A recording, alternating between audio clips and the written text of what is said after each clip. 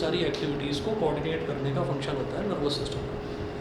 ठीक है, second point है the nervous system helps all other systems of our body to work together. Nervous system ही है जो हमारी बॉडी के बाकी जितने भी सिस्टम्स हैं उन सारे सिस्टम्स को साथ में लेकर चलता है कि किस तरीके से सारे सिस्टम्स को साथ साथ वर्क करना है।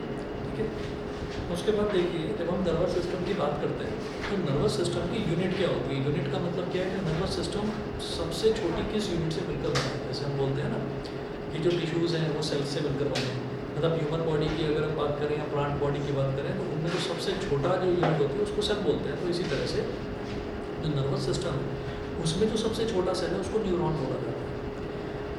The units which make up the nervous system are called nerve cells और न्यूरॉन्स। जो यूनिट्स हैं जिनसे नर्वस सिस्टम बनता है उनको या तो नर्व सेल्स कह देते हैं या फिर न्यूरॉन्स कह देते हैं। So neuron is the structural and functional unit of the nervous system. We can now say that nervous system is made of special cells called neurons. तो हम ये कह सकते हैं कि जो ये न्यूरॉन्स हैं, नर्वस सिस्टम जो है, nervous system is made of special sales. Nervous system special cells से मिलकर बना है, स्पेशल सेल्स को हम न्यूरॉन्स बोलते हैं। उसके बाद देखिएगा neuron is the largest cell in the body which looks like an electric wire. तो न्यूरॉन जो है वो बॉडी का लार्जेस्ट सेल होता है। वैसे तो सेल्स से बनी है बॉडी, लेकिन हम ये कहते हैं कि पूरी बॉडी में जो सबसे बड़ा जो सेल है, जो सबसे लार्जेस्ट सेल है, उसको हम न्यूरॉन बोलते हैं। अच्छा, अब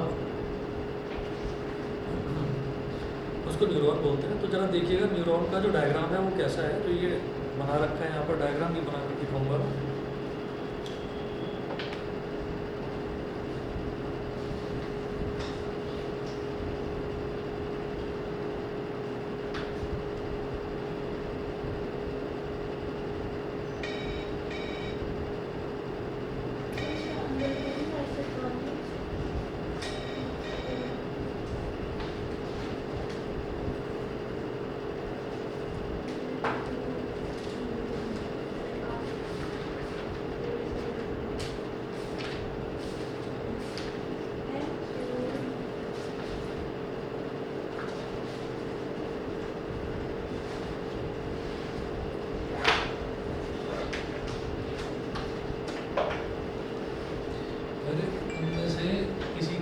कानों के टॉप्स तो नहीं रह गए थे तुम्हारे?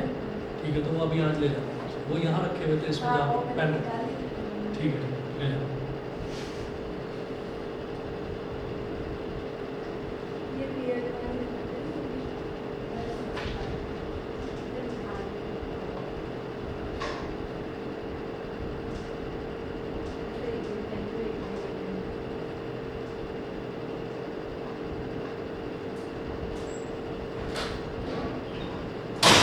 तोड़ दो इसको अच्छे से।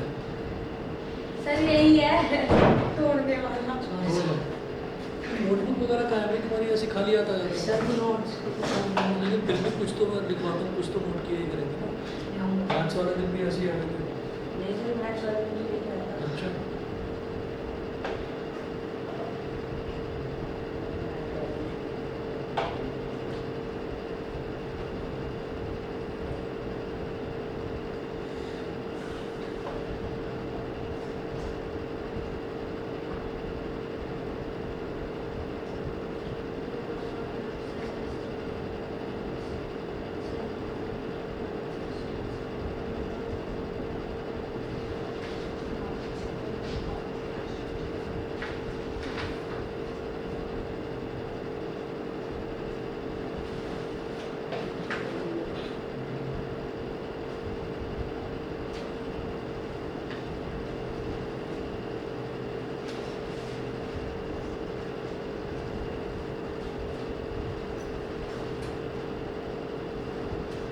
इसी की सेल में जो बीच में हम बनाते हैं ये तो उसका सेंट्रल न्यूक्लियस हो जाता है। तो इसी तरह से न्यूरॉन भी तो एक सेल ही है।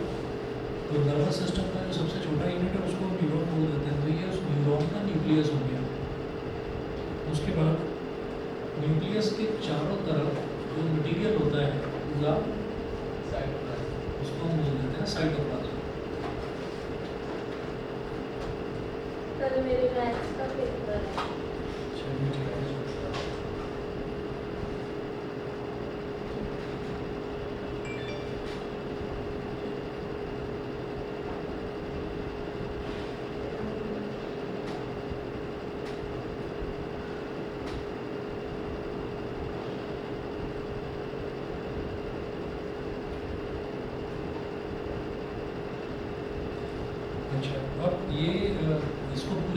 इसको पूरे को क्या बोलेंगे, सेल बॉडी। Cell body. और ये जो रूट लाइक स्ट्रक्चर्स है इनको बोल देते हैं डेंड्राइट्स, इनको बोलते हैं डेंड्राइट्स, DENDRITES, डेंड्राइट्स। और उसके बाद ये जो लंबा वाला सेक्शन जो यहाँ तक पहुँचता है उसको बोल देते हैं एक्सॉन।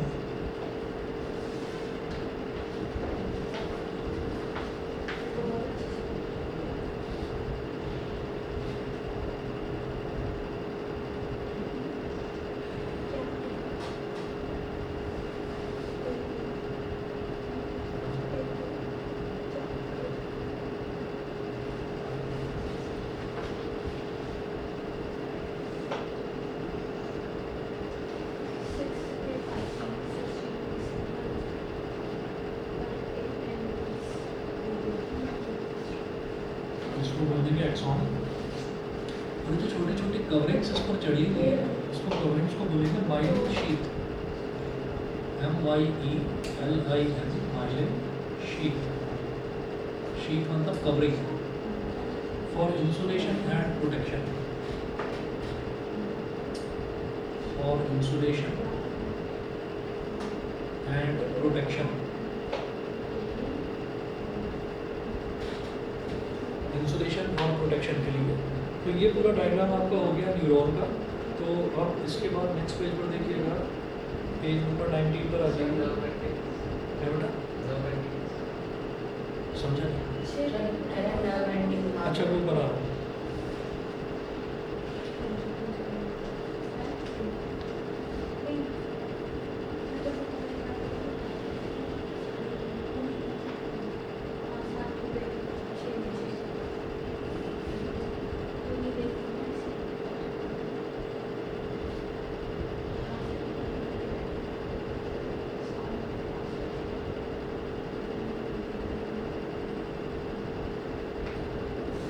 चलिए जी, अब इसमें देखिएगा न्यूरॉन और नर्व सेल हैज़ 3 कंपोनेंट्स। तो जो भी हमारा जो न्यूरॉन है, न्यूरॉन के ना 3 कंपोनेंट्स होते हैं। तो पहला कंपोनेंट जो है वो तो ये हो गया, ये पूरा जो है इसका सेल बॉडी। दूसरा कंपोनेंट जो है वो जो यहाँ से ये रूट लाइक के जो हेयर लाइक स्ट्रक्चर्स निकल रहे हैं, ये इसको बोल देते हैं डेंड्राइट्स। और जो तीसरा कंपोनेंट है, तीसरे कंपोनेंट को हम ये बोल देते हैं, ये जो लॉन्गेस्ट ट्यूब यहाँ पर जा रही है नर्व एंडिंग्स तक, इसको हम बोल देते हैं एक्सॉन। ठीक, तो ये 3 इसके कंपोनेंट्स हैं। फिर इसमें देखिएगा a number of long and thin fibers are stretching out from the cell body of a neuron। बहुत सारे a number of long and thin fibers, तो बहुत सारे पतले और लंबे फाइबर्स इसमें से बाहर निकल रहे हैं, इसमें से cell body of a neuron से यहाँ से बाहर निकल रहे हैं। They are called nerve fibres, तो इनको हम नर्व फाइबर्स बोल देते हैं। The shorter fibres on the body of a neuron are called dendrites. जो छोटे छोटे फाइबर्स होते हैं, ये जो लॉन्ग फाइबर्स हैं ये तो यहाँ से निकल ही रहे हैं, है ना, ये नर्व फाइबर्स है, इनमें जो ये छोटे छोटे फाइबर्स निकल रहे हैं, फाइबर्स में से भी छोटे छोटे फाइबर्स जो निकल रहे हैं इनको बोल देते हैं डेंड्राइट्स, इनको डेंड्राइट्स बोलते हैं। The longest fibre on the cell body of a neuron is called axon. तो सेल बॉडी में से जो सबसे लंबा फाइबर जो निकलता है उसको हम बोल देते हैं axon. The axon has an insulating and protective sheath or cover of myelin around it. Myelin is made of fat and protein. तो माइलिन जो है वो फैट और प्रोटीन का बना हुआ होता है, और वो किस लिए होता है, वो इसको प्रोटेक्शन प्रोवाइड करने के लिए होता है कि न्यूरॉन की एक्सटीरियर कवरिंग लगी हुई है। तो ये पूरा जो सबसे लंबा जो इसमें जो सबसे लंबा वाला जो फाइबर है उसमें आप ये देखिएगा उसके बाहर 1 2 3 4 ये प्रोटेक्टिव शीट लगी हुई है, माइलिन शीट। ये फैट और प्रोटीन की बनी हुई होती है प्रोटेक्शन के लिए। ठीक है, उसके बाद देखिएगा जो अगला क्वेश्चन जो इसमें दे रखा है काफ़ी इंपॉर्टेंट है कि ऐसा क्या होता है कि मैसेजेस जो हैं वो न्यूरॉन के थ्रू ट्रांसफ़र होते हैं। ठीक, तो how messages are transmitted and transferred from one neuron to another in the nervous system. तो नर्वस सिस्टम में एक न्यूरॉन से दूसरे न्यूरॉन तक मैसेजेस किस तरीके से ट्रांसफ़र होते हैं ये बताते हैं। The messages which the neurons transmit in the nervous system are in the form of electrical impulses। तो मैसेजेस जो हैं वो जो न्यूरॉन्स जो ट्रांसमिट करते हैं मैसेजेस, मतलब एक जगह से दूसरी जगह। मैसेज का मतलब वही है अगेन कि जैसे मान लीजिए हमने किसी गर्म प्लेट को छू लिया, और गर्म प्लेट को छूने के बाद हमारा जो रिसेप्टर है, जो स्किन है, उस स्किन ने उस टाइम उस गर्म जो प्लेट को छुआ है, तो वो थर्मो रिसेप्टर्स हैं जो हमारी स्किन में अटैच है। तो उन्होंने सिग्नल रिसीव करा और सिग्नल रिसीव करके ब्रेन तक भेजा, तो वो जो सिग्नल गया है ब्रेन तक, फिर ब्रेन से वापस सिग्नल आया है कि भाई ये डेंजरस है, आपका हाथ जल सकता है, तो अपनी हाथ को पीछे खींच लो। तो ये जो सिग्नल्स हैं, है ना, ये जो इन्फॉर्मेशन है, ये इन्फॉर्मेशन जो है इलेक्ट्रिकल इम्पल्सेस के फॉर्म में ट्रैवल करती है बॉडी के अंदर। तो यही लिखा है, the messages which the neurons transmit in the nervous system are in the form of electrical impulses. तो जो न्यूरॉन्स हैं जो मैसेजेस ट्रांसफर करते हैं, they are in the form of electrical impulses. Second point, the dendrites pick up the nerve impulses और messages from the receptors. तो ये जो डेंड्राइट्स हैं, ये जो पतले पतले फाइबर्स यहाँ से निकल रहे हैं, ये जो डेंड्राइट्स हैं, ये ही उन इलेक्ट्रिकल इम्पल्सेस को, यानी कि उन सिग्नल्स को, ये ही सबसे पहले कैच करते हैं, ठीक है। उसके बाद क्या है, they pass the impulses to the cell body. हाँ हाँ हाँ, they pass the impulses to the cell body and then along the axon. ये उन इम्पल्सेस को सेल बॉडी में पास करते हैं। डेंड्राइट से मैसेज रिसीव करा, सेल बॉडी में पास करा, ठीक है, and then along the axon, और फिर एक्सॉन के थ्रू उसको पास कर देते हैं signal. The axon passes the impulse or message to another neuron through a junction or gap called synapse. फिर क्या होता है कि ये जो एक न्यूरॉन है, एक न्यूरॉन दूसरे न्यूरॉन से जब कनेक्ट होता है, तो जो कनेक्शन के बीच में जो जंक्शन होता है ना, जंक्शन मतलब जैसे एक न्यूरॉन और दूसरे न्यूरॉन का कनेक्शन है यहाँ पर, तो वो जो कनेक्शन है, वो जो जंक्शन है दोनों का, जो जॉइंट है, उस जॉइंट को हम सिनेप्स बोलते हैं। अभी सिनेप्स के बारे में भी स्टडी करेंगे कि सिनेप्स में मैसेजेस ट्रांसफर होते कैसे। मतलब एक न्यूरॉन ने मैसेज लिया, दूसरे को ट्रांसफर करा, दूसरे ने तीसरे को, तीसरे ने चौथे को, मतलब करते करते वो ब्रेन तक पहुंचा, फिर ब्रेन से सिग्नल आया, फिर इसी तरीके से वो वापस भी आता है, ठीक है। तो ये सिनेप्स के थ्रू, एक न्यूरॉन दूसरे न्यूरॉन से सिनेप्स के थ्रू कनेक्ट होता है। अच्छा, फिर है any two neurons in the nervous system do not join one another completely. तो दो न्यूरॉन्स जो है नर्वस सिस्टम के, वो एक दूसरे से पूरी तरह से कम्प्लीटली जुड़े हुए नहीं होते, है ना। There is always a very small gap between two neurons where they join. जहाँ पर दो न्यूरॉन्स जुड़ते हैं वहाँ पर हमेशा एक छोटा सा गैप होता है, ठीक है, विच इज़ कॉल्ड सिनेप्स। उस छोटे से गैप को ही हम सिनेप्स बोल देते हैं, ठीक है यहाँ तक। उसके बाद अगला देखिएगा, पेज नंबर 20 पर आ जाइए।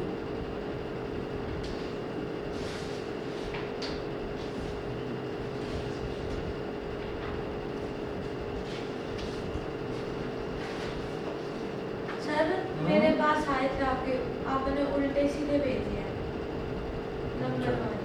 ठीक है, मेरे पास भी उल्टे सीधे ही हैं। अभी मेरे उल्टे भेजे तो सीधे ही थे, लेकिन पता नहीं कैसे ऐसे ही पहुँच गए।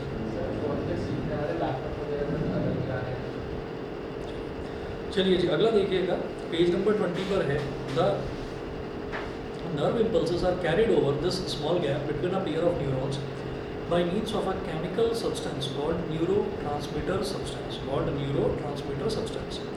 अब देखिएगा, ये इस तरीके से होता है कि जैसे हमने ये कहा कि इसका सिनेप्स को जो इम्पल्सेस हैं, इम्पल्सेस जो हैं, इम्पल्स का मतलब जो सिग्नल है, वो सिग्नल एक न्यूरॉन से दूसरे न्यूरॉन में जो ट्रांसमिट होता है, तो वो जो जंक्शन पर ट्रांसमिशन होता है ना, वो जो जंक्शन है, यानी कि जो जॉइनिंग पॉइंट है, वो बनाएंगे अभी डायग्राम। तो उसका डायग्राम ये यहाँ पर इस तरह से दे रखा है कि सर एग्जाम में आते हैं। हाँ, तभी तो क्वेश्चन की फॉर्म में लिखा हुआ है, एग्जाम में आता है।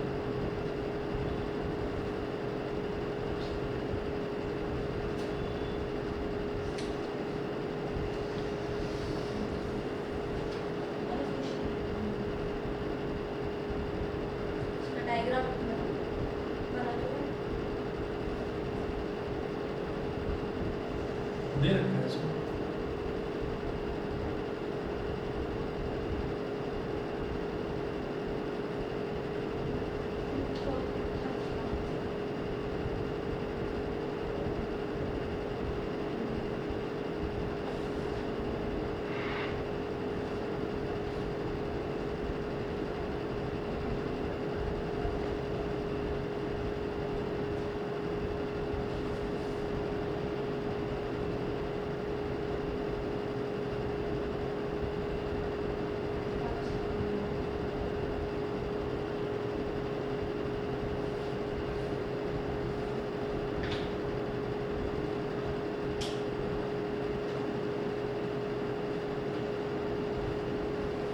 सर अब बारिश सैटरडे को या संडे को हुई, क्यों? इस पूरे हफ्ते नहीं हुई।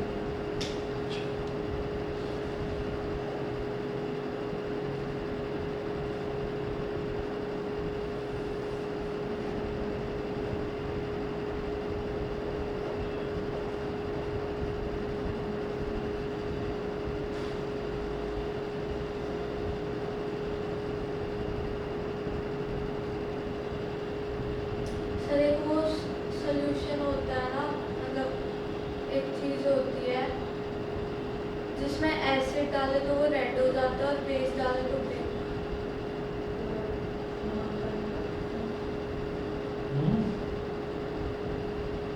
फिनोफ्थलीन लिटमस पेपर की बात कर रहे हो?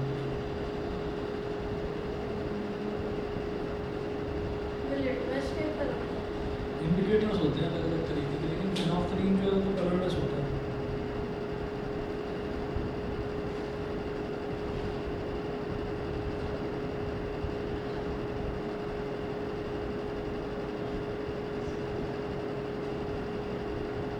सर वाटर के अंदर अगर एसिड या फिर बेस डाले तो वो उसी ट्रांसपेरेंट ही रहता है।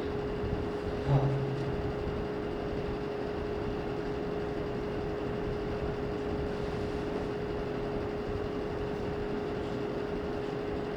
और सर नेचर ऑफ फ्रूट बता दें।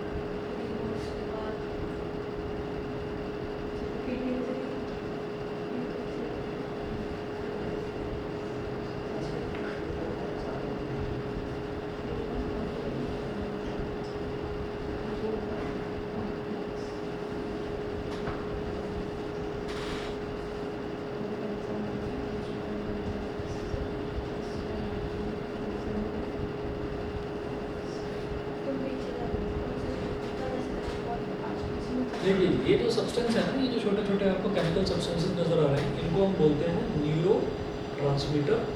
इनको बोलते हैं न्यूरो ट्रांसमीटर सब्सटेंस। ये न्यूरो ट्रांसमीटर सब्सटेंस होते हैं। तो अब यहाँ पर क्या है कि एक्सॉन ऑफ सेंसरी न्यूरॉन। तो सेंसरी न्यूरॉन का मतलब क्या है कि वो न्यूरॉन जिसने सबसे पहले सेंस करा किसी चीज़ को। तो आप ये देखिएगा कि न्यूरॉन्स जो हैं वो बॉडी में फैले हुए हैं सब जगह। तो जिस न्यूरॉन ने सबसे पहले, जैसे हमारी स्किन है तो स्किन में रिसेप्टर्स लगे हुए हैं, तो उसने सबसे पहले जिस न्यूरॉन ने सेंस करा तो वो उसको मैं बोल दूँगा सेंसरी न्यूरॉन। अब सेंसरी न्यूरॉन ने जब उसको सेंस करा तो सेंस करने के बाद में ये जो एरो बना रखा है ये इलेक्ट्रिकल इम्पल्स फ्रॉम रिसेप्टर। तो ये रिसेप्टर से इलेक्ट्रिकल इम्पल्स आ रही है। इलेक्ट्रिकल इम्पल्स मतलब क्या है, सिग्नल आ रहा है कि अरे भाई आपने जिस प्लेट को छुआ वो प्लेट बहुत गर्म है, तो वो गर्म प्लेट है तो उसका सिग्नल आ रहा है बड़ी तेज़ी से। तो इलेक्ट्रिकल इम्पल्स फ्रॉम रिसेप्टर, तो वहाँ से ये सिग्नल आया। सिग्नल आने के बाद में फिर ये किसमें कन्वर्ट हुआ, ये केमिकल सब्सटेंस में कन्वर्ट हुआ। तो उस केमिकल सब्सटेंस को बोलते हैं न्यूरो ट्रांसमीटर सब्सटेंस। वहाँ से फिर क्या होता है कि अब ये दूसरा जो दूसरे न्यूरॉन से कनेक्ट होगा, तो ये कैसे कनेक्ट होगा, ये वाला हिस्सा जो है ये दूसरे न्यूरॉन के डेंड्राइट से कनेक्ट होगा। मतलब इसी तरीके से एक न्यूरॉन और लगा हुआ होगा, फिर उसके आगे और न्यूरॉन लगा हुआ होगा। तो ये जो हिस्सा है एक्सॉन जो पूरा नर्व एंडिंग तक जा रहा है, तो ये कहाँ कनेक्ट होगा, ये कनेक्ट होगा दूसरे न्यूरॉन के डेंड्राइट से। हाँ, एक्सॉन से जाएगा, है ना, और दूसरे न्यूरॉन के डेंड्राइट से कनेक्ट होगा। लेकिन जो उनका कनेक्शन पॉइंट होगा, जो जॉइंट होगा, वहाँ पर बीच में एक छोटा सा गैप होगा। उसी गैप को हम सिनेप्स बोल देते हैं, gap between to connecting neurons. ठीक है, तो परमानेंटली पूरी तरीके से कनेक्टेड नहीं होते न्यूरॉन्स। ठीक है, बीच में गैप होता है। तो ये जो केमिकल सब्सटेंस है ये यहाँ से निकलेगा, यहाँ से निकल कर इधर डेंड्राइट में चला जाएगा और फिर इलेक्ट्रिकल इम्पल्स जनरेट। वो जो इलेक्ट्रिकल इम्पल्स यहाँ आ रही थी रिसेप्टर में, अब वो इलेक्ट्रिकल इम्पल्स दूसरे न्यूरॉन में चली गई, फिर ऐसे ही तीसरे में, फिर ऐसे ही चौथे में, और ऐसे करते करते ब्रेन तक सिग्नल पहुँच जाएगा। हाँ जी, बताइए, सभी को क्लियर है? ऑनलाइन वाले भी बता दें। ठीक है, इसके बाद देखिएगा, इसके बाद है explain how synapses act like one way valves. Synapses जो हैं वो वन वे वॉल्व्स की तरह एक्ट करते हैं। वन वे वॉल्व्स का मतलब क्या है? हाँ, जो इलेक्ट्रिक इम्पल्स पहले आए थे वो बाद में दूसरे डेंड्राइट में जाके दोबारा, हाँ, वो मतलब ट्रांसफर हो गई, वो यहाँ से आई फिर इधर ट्रांसफर हो गई, फिर ऐसे ही तीसरे में, फिर ऐसे ही जो चौथे। केमिकल सब्सटेंस में चेंज केमिकल सब्सटेंस की फॉर्म में आया था और केमिकल सब्सटेंस की फॉर्म में यहाँ जाते ही फिर इलेक्ट्रिक इम्पल्स में कन्वर्ट हो गई। फिर जब जाएगा दूसरे के पास तो फिर केमिकल सब्सटेंस की फॉर्म में ही जाएगा। ठीक है, अब देखिए, explain how synapses act like one way valves. Act like one way valves का मतलब क्या है कि यहाँ से जो सिग्नल्स हैं वो सिग्नल्स अगर इस तरह से जा रहे हैं तो फिर वो वापस इस रास्ते से नहीं आएंगे, वो वापस दूसरे रास्ते से आएंगे। तो ये सेंसरी न्यूरॉन है जो सेंस करता है पहले किसी भी सिग्नल को, और फिर जब वापस न्यूरॉन्स आते हैं तो वो दूसरा न्यूरॉन होता है, मतलब वो दूसरा पाथ होता है, उसको हम मोटर न्यूरॉन बोल देते हैं, है ना। तो ये वन वे वॉल्व की तरह काम करता है। वन वे वॉल्व का मतलब ये है कि अगर हम चाहें भी, हमें मालूम है कि जो ऊपर जो हमारी बिल्डिंग के ऊपर जो टैंक रखा हुआ है, उस टैंक के अंदर पानी भरा हुआ है बहुत सारा, और उस पानी में पाइप कनेक्टेड है, और उस पाइप के थ्रू वाटर जो है वो हमारे घरों में सप्लाई हो रहा है, ठीक है। तो मुझे मालूम है कि उस पाइप के थ्रू जो है पानी वापस ऊपर, अगर हम चाहें किसी तरीके से कोई मोटर वगैरह लगाकर पहुंचाना चाहें तो पहुंचा सकते हैं। लेकिन क्या पॉसिबल है ऐसा? मैनुअली तो ऐसा करना पॉसिबल नहीं, ठीक है। और टैंक लगा हुआ है ऊपर, तो वहाँ से पानी नीचे ही आएगा, ग्रेविटी नीचे ही एक्ट करेगी। अगर हम चाहें कि भाई ये ऊपर चला जाए वापस, क्या ऊपर चला जाएगा? नहीं जा पाएगा, क्योंकि it is against the law of gravity कि आप नीचे से ऊपर पानी पहुँचा दें, ठीक है। कोई मोटर लगा कर सकते हो, that is a different thing, तो वो आर्टिफिशियल मेथड हो गया। तो अगर देखा जाए तो वो भी एक वन वे वॉल्व है, यानी कि एक ही तरफ से पानी आएगा, ठीक है। तो एक पाथ जिसमें से एक ही तरफ से सिग्नल जाते हैं तो उनको हम वन वे वॉल्व बोल देते हैं। देखिएगा इसका आंसर क्या है, तो ये क्वेश्चन भी इंपॉर्टेंट है कि explain how synapses act like one way valves. Synapses act like one way valves because the chemical substances present only on one side of the gap. Synapses जो हैं वो वन वे वॉल्व की तरह act करते हैं, क्योंकि जो chemical substance हैं वो सिनेप्स के एक तरफ ही अवेलेबल होते हैं, दूसरी तरफ इधर केमिकल सब्सटेंस अवेलेबल नहीं होगा, इधर आके वो इलेक्ट्रिकल इम्पल्स में कन्वर्ट हो जाएगा। So because the chemical substance is present only on one side of the gap, due to this the nerve impulses or messages through a particular set of neurons can go across only from one side which contains the chemical substance. इस वजह से क्या होता है कि जो nerve impulses हैं through a particular set of neurons can go across only from one side which contain the chemical substance. तो वो सिर्फ जो एक ही साइड से जा सकते हैं मैसेजेस, ठीक है। वो क्योंकि केमिकल सब्सटेंस एक ही तरफ मौजूद है, कहाँ पर मौजूद है? नर्व एंडिंग्स में मौजूद है, ठीक है। तो वो नर्व एंडिंग्स में से जब निकलता है तो एक ही तरफ मौजूद है, इधर वो मौजूद नहीं है, तो वो वन वे वॉल्व की तरह ही काम करेगा। ट्रांसफ़र केमिकल सब्सटेंस के थ्रू ही होता है, और ट्रांसफ़र यहीं पर, मतलब जो केमिकल सब्सटेंस है वो नर्व एंडिंग्स में ही मौजूद होता है, ठीक है। अब आगे देखिएगा, in this way synapses ensure that nerve impulses travel in only one direction through a particular set of neurons, that is they act like one way valves। बताइए जी, सभी को क्लियर है यहाँ तक? हाँ जी, ऑनलाइन वाले भी बता दें, क्लियर है सभी को? ऑनलाइन वाले बच्चे बताएं, क्लियर है यहाँ तक?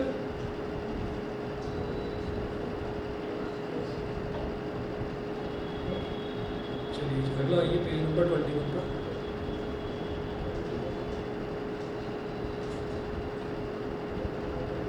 Page number 21, the parts of the nervous system, ठीक है। 1 मिनट वेट करिए, अभी आऊँगा। सर पानी ले आना अच्छा, ठंडा। ठंडा तो है ही नहीं, देखता हूँ अगर मिल गया तो, वैसे शायद है नहीं, हमने बैठना ही बंद कर दिया, गले खराब हो जाते हैं।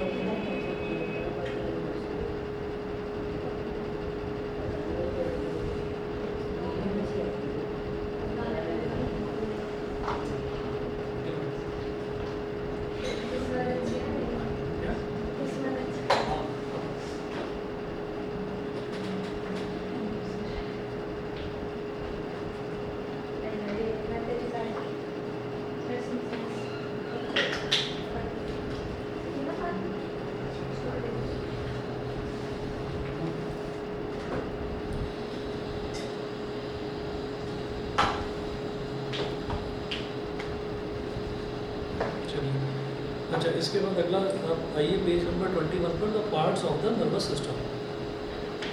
The parts of the nervous system, इसमें देखिएगा क्या है कि the nervous system can be divided into two main parts. तो दो तरीके के दो पार्ट्स में इसको डिवाइड करा जा सकता है। एक होता है सेंट्रल नर्वस सिस्टम और एक होता है peripheral nervous system. Central nervous system CNS और PNS। तो सेंट्रल नर्वस सिस्टम में क्या होता है, it consisting of brain and spinal cord. तो सेंट्रल नर्वस सिस्टम में ब्रेन और स्पाइनल कॉर्ड दोनों होते हैं।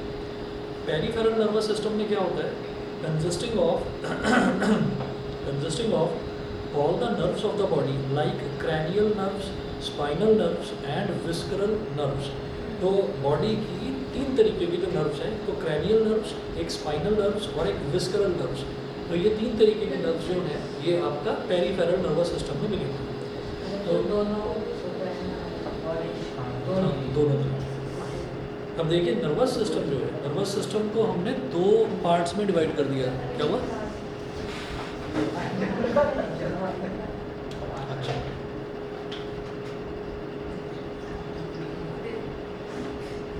तो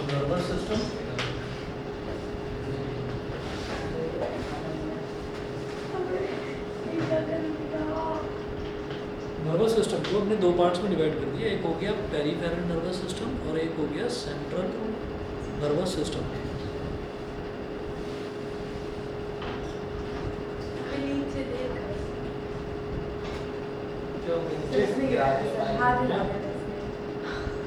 सर मेरा ध्यान नहीं होता है, पानी डाल रही थी। अच्छा, मेरे को लगा इसने डाल दिया, फिर कोई- थोड़ा सा इससे गिर गया मुझसे भी। PNS Bottle में डाल पेरिफेरल दी। Nervous system.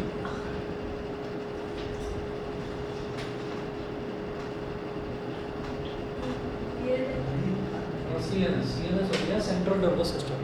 Central nervous system consist of only brain and spinal cord. और जो पेरिफेरल नर्वस सिस्टम है इसको भी दो पार्ट्स में डिवाइड करेंगे। एक होता है ऑटोनॉमिक नर्वस सिस्टम और एक होता है voluntary nervous system.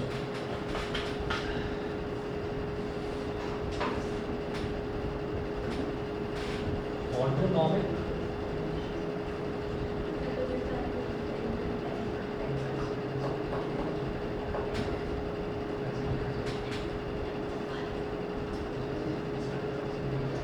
Autonomic nervous system और दूसरा होगा वॉलंटरी नर्वस सिस्टम।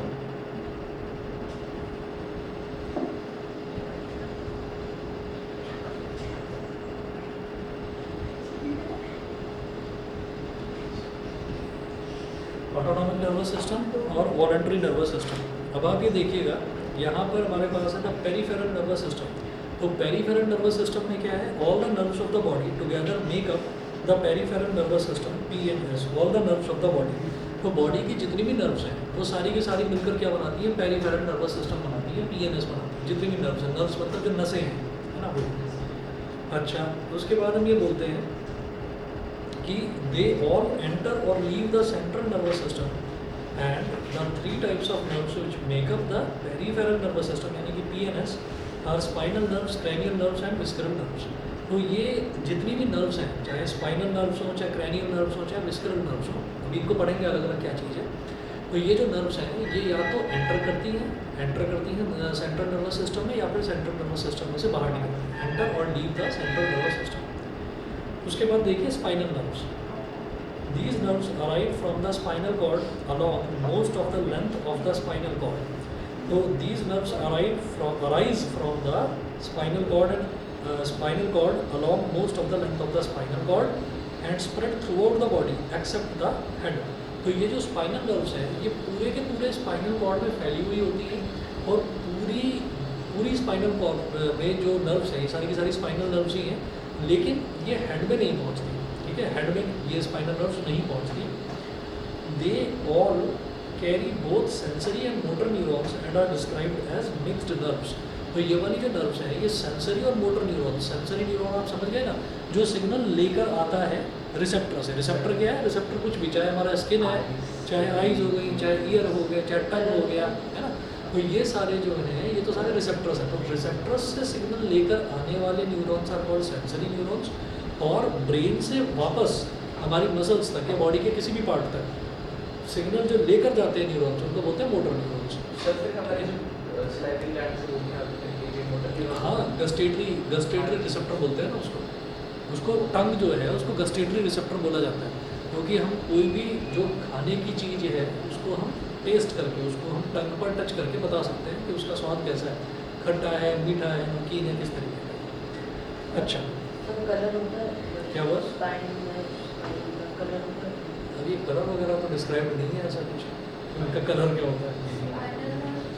नर्व का तो कलर रेड होता है ना, और वो लाइट की वजह से रिफ्लेक्ट होकर ऐसे दिखती है। अच्छा, चलिए नया चीज नई चीज पता चल रही है। सर मेरी मैम ने बताया था बायो वाली। ब्रेन से वो है। हाँ जी, क्रैनियल नर्व्स देखिए जरा, क्रैनियल नर्व्स क्या है? क्रैनियल नर्व्स में है, these nerves arise from the brain and spread throughout the head।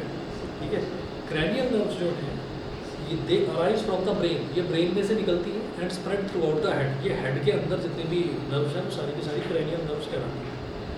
They also carry, page number 22 पर आ जाइए।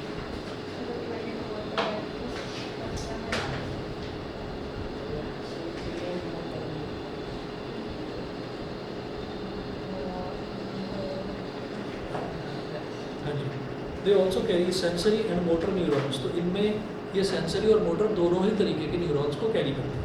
ठीक है, उसके बाद आप आ जाइए विस्करल नर्व्स। ठीक है, तो सबसे पहले जो हमने देखी, सबसे पहले कौन सी नर्व्स देखी थी? Spinal nerves. तो स्पाइनल नर्व्स कहाँ पर होती हैं? सिर्फ और सिर्फ स्पाइनल कॉर्ड में स्प्रेड आउट होती है, हेड में नहीं जाती, वो भी सेंसरी और मोटर न्यूरॉन्स दोनों को कैरी करती हैं। फिर हमने देखी cranial nerves, cranial nerves brain में से निकलती हैं और पूरे के पूरे हेड में फैलती हैं, और वो भी सेंसरी और मोटर दोनों तरीके के न्यूरॉन्स को कैरी करती हैं। फिर आ जाइए विस्करल नर्व्स पर। तो जो ये विस्करल नर्व्स हैं इसमें क्या है? These nerves are a special kind of nerves which mostly arise from the spinal cord, though some also arise from the brain. तो ये कुछ स्पेशल तरीके की नर्व्स होती हैं जो ज़्यादातर तो स्पाइनल कॉर्ड से निकलती हैं, ज़्यादातर तो स्पाइनल कॉर्ड से बाहर निकलती हैं, though some also arise from the brain, उनमें से कुछ जो हैं वो ब्रेन में से भी बाहर निकलती हैं। ठीक है ना, तो कुछ ब्रेन में भी होती हैं और कुछ स्पाइनल कॉर्ड में भी होती हैं। तो इस खास तरीके की नर्व्स को क्या बोल देते हैं? Visceral nerves.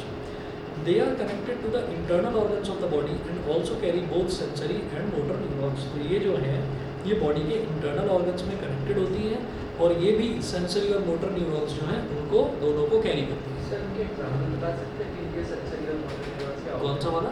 विस्करल वाले, विस्करल नर्व्स। विस्करल वाला? विस्करल वाले में क्या है कि ये सेंसरी और मोटर न्यूरॉन्स दोनों को ही कैरी करती हैं अपने अंदर, विस्करल नर्व्स। ठीक है, और इनमें कोई डिफरेंशिएशन हमने देखा ही नहीं।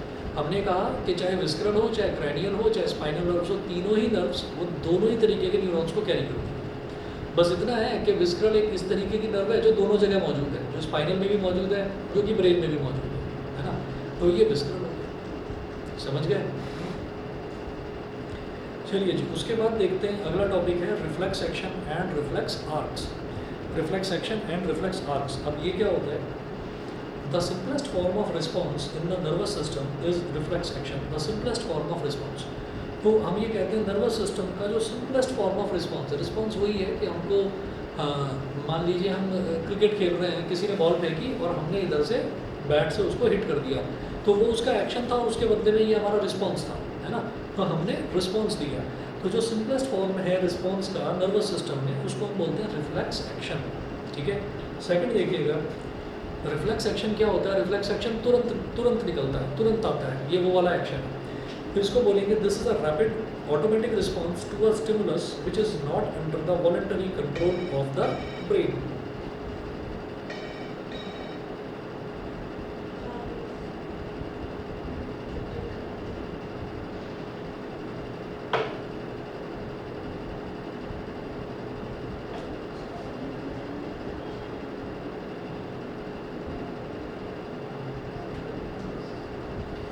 which is not under the voluntary control of the brain। तो क्या होता है कि ये जो रिफ्लेक्स एक्शन होता है ना, बड़ा रैपिड होता है ना, और बड़ा इंस्टेंटली, मतलब जैसे ही ये इस तरीके का रिएक्शन है जैसे किसी ने हमारी तरफ बॉल को फेंका और हमने एकदम से हाथ ऐसे लगा दिया, तो उसमें ऐसा कुछ भी नहीं है। अब इसमें क्या है कि इसमें हमारी आइज़ ने साइड से कहीं से आइज़ को दिखाई दे दिया कि अरे इधर से कोई चीज़ ऑब्जेक्ट उड़ता हुआ आ रहा है हमारी तरफ, हमारे चेहरे पर लग जाएगा, तो अचानक से हमारा हाथ ऐसे आ जाता है। तो ये ये जो एक्शन है ये हम ना चाहते हुए भी अपने आप ही कर देते हैं, ये इनवॉलंटरी एक्शन होता है, ठीक है ना। तो इसको कहते हैं reflex action. It is described as an involuntary action. Involuntarily मतलब हमने सोच समझ कर नहीं करा कुछ भी, ठीक है। हमने स्कूटर चलाना शुरू करा, स्कूटर सीखना हमने शुरू करा, तो अभी तो हम सीख ही रहे हैं, ठीक है। हमने 1 दिन 2 दिन 3 दिन 4 दिन चलाया और हर तरीके की हमने सिचुएशंस में ड्राइव करा कि अचानक से कभी ब्रेक लगाने पड़ गए तो ब्रेक भी लगाए, कहीं बारिश हो गई तो बारिश में भी हमें चलाना आता है। कई होते हैं ना जो बारिश में चोट खाकर आते हैं, वो बारिश में ऐसी चोट खाकर आते हैं कि उनको पता ही नहीं है कि बारिश में जो सड़क है उसमें थोड़ा फ्रिक्शन कम हो जाता है, तो कम हो जाता है तो वो अपना मोड़ भी रहे हैं तो फुल स्पीड के साथ में मोड़ रहे हैं, फिर वो पूरे ही मुड़ जाते हैं, ठीक है, अच्छे से ही मुड़ जाते हैं और फिर लेटे हुए मिलते हैं ज़मीन पर। स्कूटर कहीं है, वो कहीं अलग लेटे हुए हैं। तो वो जो चीज़ है वो धीरे धीरे क्या होता है, वो प्रैक्टिस से आपको समझ में आती है। तो इसी तरीके से अगर सामने से अचानक से कोई गाय या कुत्ता या कुछ भी आ जाता है, जैसा कि अमूमन आ ही जाता है, तो हम क्या करते हैं, हम सोचते समझते नहीं हैं, अचानक ही हमारे ब्रेक लग जाता है, ठीक है ना।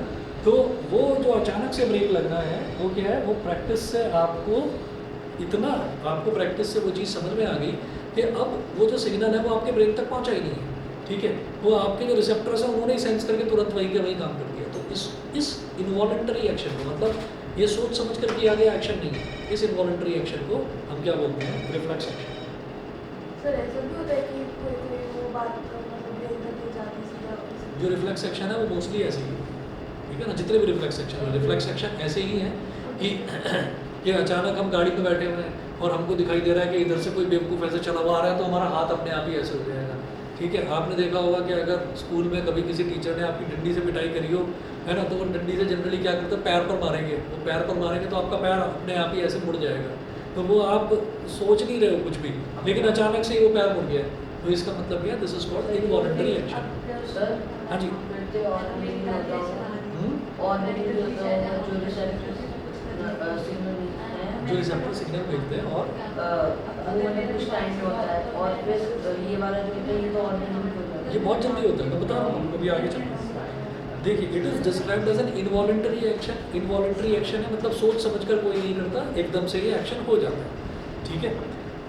अच्छा, thus reflex action is one which we perform automatically, ठीक है। अगर हमको स्पेस दिखाई दे रहा है, स्पेस मतलब ऐसा दिखाई दे रहा है कि हम जो है क्या कहते हैं, सड़क पर हैं, खुला मैदान है और पीछे कोई खतरनाक कुत्ता है, वो दौड़ रहा है हमारे पीछे, तो मतलब वो दौड़ता हुआ आ रहा है, तो हम क्या करेंगे, हम भागेंगे, है ना। तो वो इनवॉलंटरी एक्शन है, उसमें कोई समझाएगा नहीं, फिर कोई ऐसे खड़ा हो गया कि ये इतना खतरनाक नहीं है, ये दौड़ रहा है ना, ये ऐसी इसका चेहरा लग रहा है उससे काटेगा नहीं है, तो ऐसा नहीं है। वो कोई भी है वो भागेगा, पागलों की तरह भागेगा, ठीक है।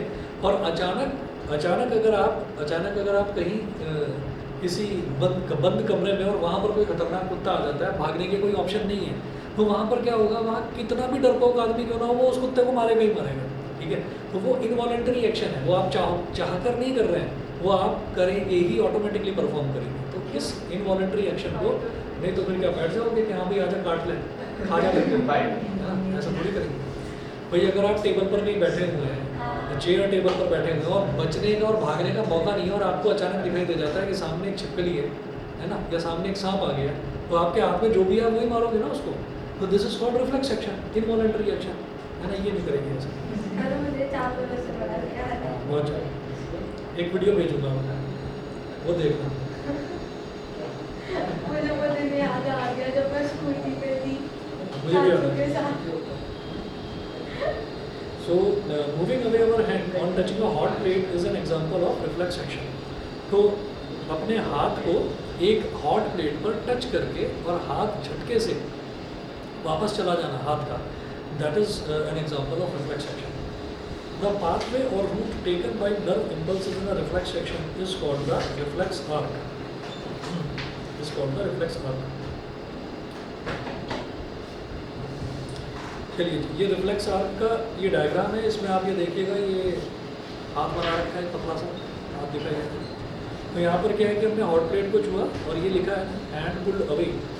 तो हैंड पुल्ड अवे में क्या है कि ये सेंसरी न्यूरॉन है, एक वायर आपको दिखाई दे रहा है, पतला सा आपको लाइन जाती हुई दिखाई दे रही है, उस पर लिखा हुआ है सेंसरी न्यूरॉन। वो सेंसरी न्यूरॉन ये यहाँ से, ये हमने हाथ से छुआ और ये जो डायग्राम बना रखा है ये ऐसे है कि वो सेंसरी न्यूरॉन से इस तरीके से सिग्नल गया और फिर ये पीछे यहाँ पर ये जो चौड़ा सा हिस्सा दिखा रखा है ये यहाँ का दिखा रखा है इसका, और यहाँ से फिर ये जो है स्पाइनल कॉर्ड से होके ये ब्रेन तक नहीं गया, ये स्पाइनल कॉर्ड तक गया। तो स्पाइनल कॉर्ड कहाँ है, इससे कनेक्टेड है। जो इधर वाला ये हिस्सा है, ये जो ट्रायंगुलर सा हिस्सा होता है यहाँ पर, इधर भी होता है और इधर भी होता है, तो इससे ये कनेक्टेड है स्पाइनल कॉर्ड। तो स्पाइनल कॉर्ड से होते ही तुरंत वहाँ से यू टर्न मारता है और तुरंत वहाँ पर पहुँच जाता है कि भाई खींच ले, इतनी देर में ब्रेन तक सिग्नल पहुँचेगा और ब्रेन से सिग्नल वापस आएगा, इतने में हाथ जल जाएगा। तो this is called reflex action, ये इनवॉलंटरी एक्शन होता है, ठीक है। तो चलिए जी, फिर आज के लिए इतना ही, बाकी नेक्स्ट क्लास में देखते हैं। हाँ जी, सर हाँ जी, हमारे बैकबोन की होगी, बैकबोन के अंदर क्या चीज़? Spinal cord. हाँ स्पाइनल। चलिए जी, ओके। सर एक चीज़ पूछनी